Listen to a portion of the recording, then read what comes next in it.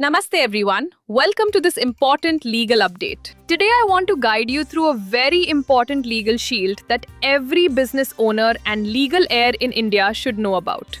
Imagine this.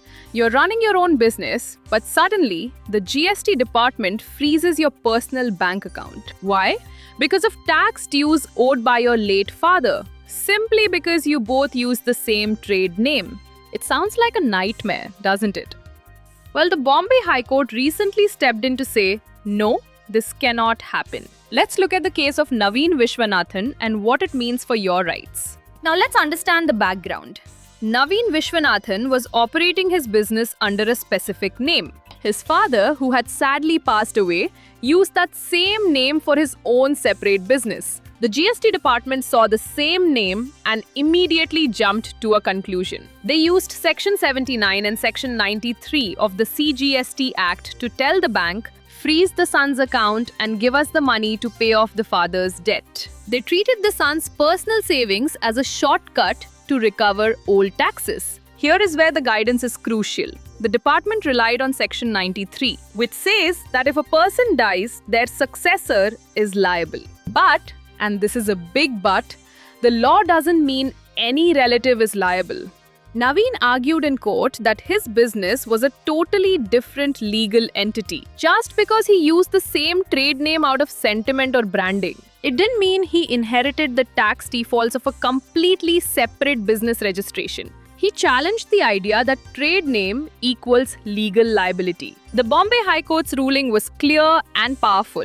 The judges observed that the GST authorities were overstepping. First, the court said that sharing a trade name is not enough proof to freeze an account. Second, the department failed to show that Naveen was actually continuing the specific defaulting business. The court reminded the authorities that a bank account is private property. You cannot just lock it up without a rock-solid legal link. They quashed the order, protecting the son's hard-earned money. So what should you take away from this? Always ensure your business registrations and GSTINs are clearly demarcated from family members. Remember, your GSTIN is your identity, not just your trade name. If you are a legal heir, remember that your personal assets are generally protected. You are liable for a deceased's dues only to the extent of the business you inherit and continue. Don't panic if you receive a freeze notice. The law requires due process. This ensures your hard-earned assets aren't seized without specific legal conditions being met. I hope this guide helps you navigate the complexities of GST recovery.